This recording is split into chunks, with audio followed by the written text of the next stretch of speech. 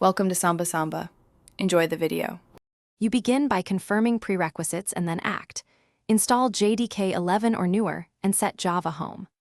Once done, add the JDBC driver JAR to your project via Maven, Gradle, or Manual Libs folder so Java can talk to the database. Next, collect the DB connection string, username, and password, and make sure the database allows remote or local connections from your host. These 3 steps get you ready to write code that opens a connection.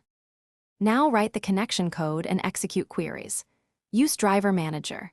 Get connection, URL, user, pass for simple cases, or configure a data source and connection pool for production. Once you have a connection, create prepared statement objects and bind parameters instead of string concatenation to prevent injection.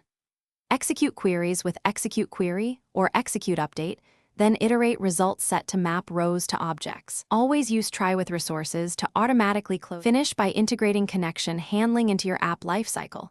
Use pooling for multi-threaded services and close or return connections promptly.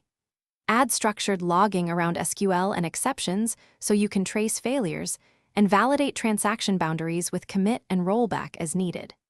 If things go wrong, first enable driver debug and check for network blocks, wrong credentials, or JDBC driver/database version mismatch. This single troubleshooting step uncovers most connection problems and guides your next fix.